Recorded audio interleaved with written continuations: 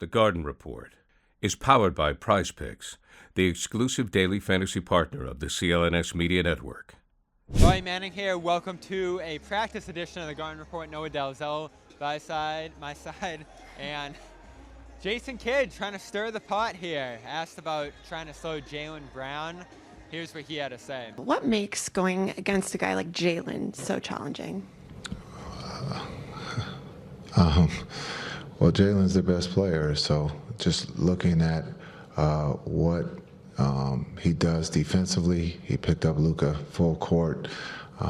He got to the free throw line. He did everything, and that's what your best player does. Just understanding. He plays both sides, defense and offense, at a high rate, and he's been doing that the whole playoffs. I mean, when you talk about the Eastern Conference MVP, and it seems like he's continued to pick up where he left off, and so he's playing at a high rate. We just got to be a little bit more physical with him, and again, we got to keep him off the free throw line and out of the paint because again, he was finishing at a high rate, or he was getting fouled and getting to the free throw line. So, do you think that's what this is? Some gamesmanship? Was it a slip of the tongue? Was it how he actually feels? It was not a slip of the tongue, that's for sure. You could see him pause. He was asked, the question was very straightforward, very softball, and he decided he was going to make a statement, and the statement was, well, that he's their best player. And he knew that in that moment that you're in a room full of national TV reporters, that's going to be the story the rest of the day. And I think he knows that whether or not that's true, it's a valid opinion, but I think he knows that that's going to be the narrative now. Everybody's going to be asked about it. Everybody has been asked about it. And now the storyline going into game 2 is who's the best player. Jason Kidd said it's Jaylen Brown. And Tatum talked about trying to draw a divide between them. And that's been going on for a long time. I think it was absolutely an intentional kind of strategic thing to do. Here's Al Horford. He had a funny reaction to it, too. Jaylen Brown, you guys the best player here. What's up? Oh, man. Jay Kidd, man. I see what he's doing. What is he doing? Yeah, Jaylen Brown is an unbelievable player. He's an unbelievable player and very special for us. What a guy. Yeah. Thank you, everybody. Thank you. Oh, man. That man is sneaky.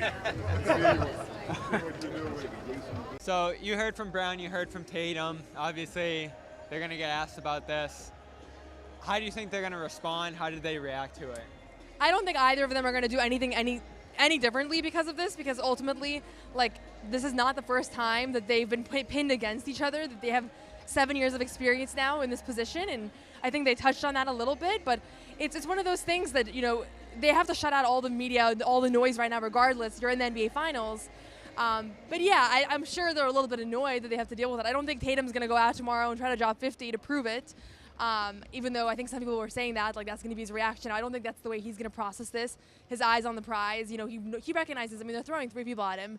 I don't know. I thought the whole thing was pretty clearly an intentional decision to just throw something in there to make things a little bit more frantic for the Celtics. Yeah, and we'll see how that dynamic plays out. Obviously, they might have to adjust how they're guarding Tatum. Might have to adjust how they're guarding Brown now, too. And so how do those two guys react to that is going to be the bigger question. But it's just more noise, more stuff that they're going to have to deal with question-wise in the atmosphere of this finals. And obviously the atmosphere of this series, the media attention, all that different stuff is a part of it. So we'll see how those two respond to that and the adjustments Dallas makes tomorrow here at TD Garden. It's an 8 o'clock start. Game 2, Celtics, Mavericks.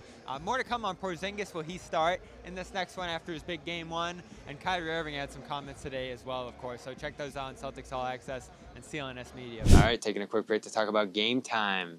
Finals going on. Yeah. A lot of sporting events, a lot of concerts. It's summertime, so you're going to want to check out the Game Time app for whatever tickets you need. And the Game Time's great because you can buy tickets right up until and even after game time. Right, last-minute tickets, and you get that $20 discount. I mean, you can't beat it, Bobby. Yeah, $20 off your first purchase when you go to the Game Time app. Use the code CLNS. Of course, terms apply. That's code CLNS on the Game Time app. Hey, Bobby Manning here. If you made it this far, you probably enjoyed this video, so subscribe, turn on notifications, and check out our social media platforms at Celtics CLNS.